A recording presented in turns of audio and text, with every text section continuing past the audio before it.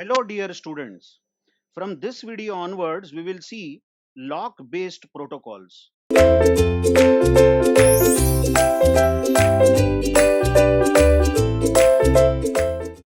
Very interesting topic.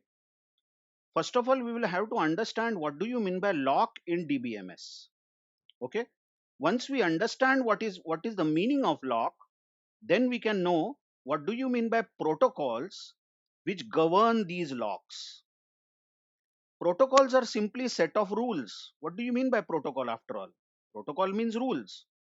And rules which govern these locks, how you should use these locks, the set of rules which tell how you should use these locks or how these locks get used is called lock based protocols.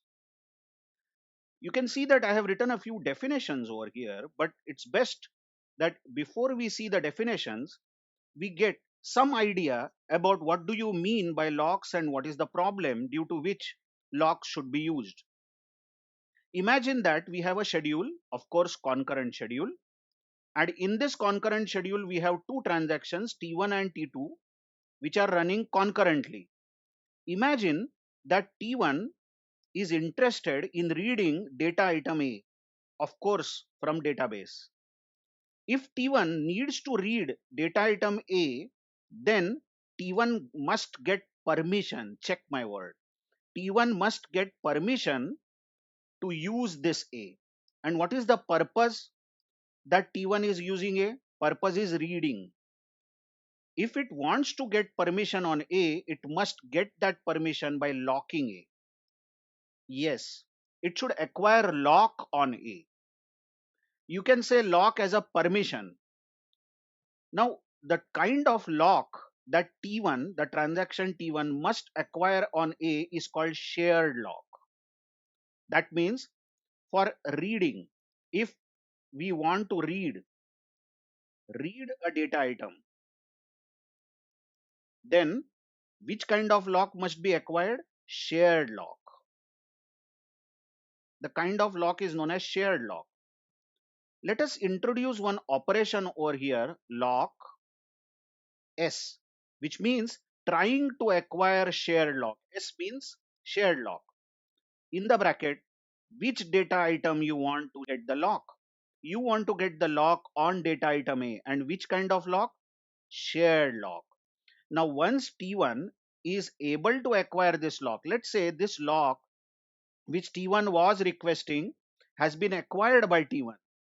Only then reading can be done.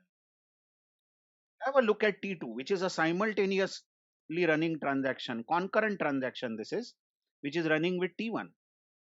T2 also is interested in reading the data item A. So which type of lock should T2 acquire? T2 must acquire a lock which is shared lock on data item. So this lock S is a new operation we have introduced which says that T2 is actually requesting that I want shared lock on A so that I am permitted to read A. Something interesting you watch. You all know from the past topics that if two transactions try to read, if two different transactions try to read the same data item A simultaneously, then such an operation, concurrent reading operation, is not conflict operation. Two people can simultaneously read one book.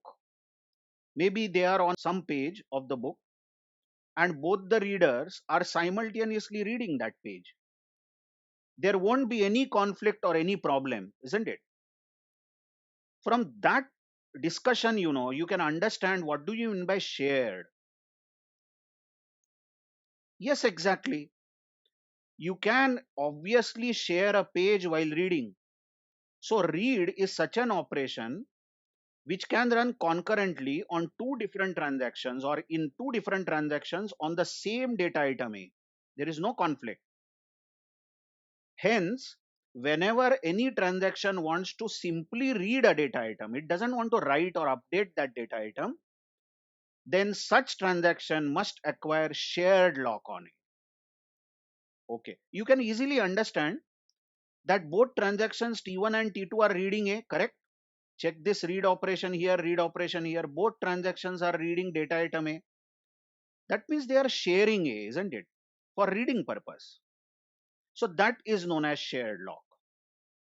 Have a look at another example. Here again, I am having a concurrent schedule, of course, with two transactions, T1 and T2. Just imagine at a particular point of time, T1 is interested in writing A. That's an update operation. T1 is going to overwrite the existing value of A. Maybe A was 100, but now new value of A getting written is 200. So A is going to change after this write A. If T1 wants to write A, then T1 must acquire lock on the data item A. And the type of lock T1 must acquire is called exclusive lock. So the point is, if write operation, if write operation on data item A is needed, then which type of lock should be acquired?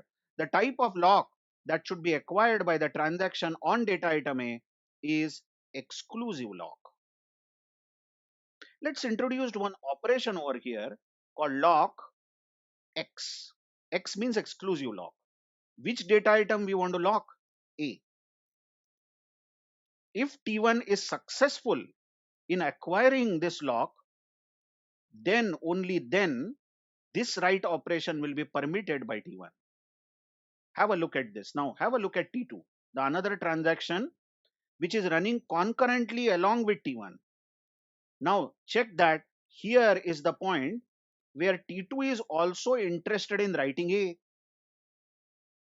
Just imagine T2 reaches this point. But hello, T2 cannot write A now. T2 will have to wait. T2 can't write A because write operation on the same data item in two different transactions is not permitted. You can watch that T1 has already acquired exclusive lock on A. What do you mean by the word exclusive? Exclusive means either T1 can write or T2 can write, not both. Exclusive locks cannot be shared.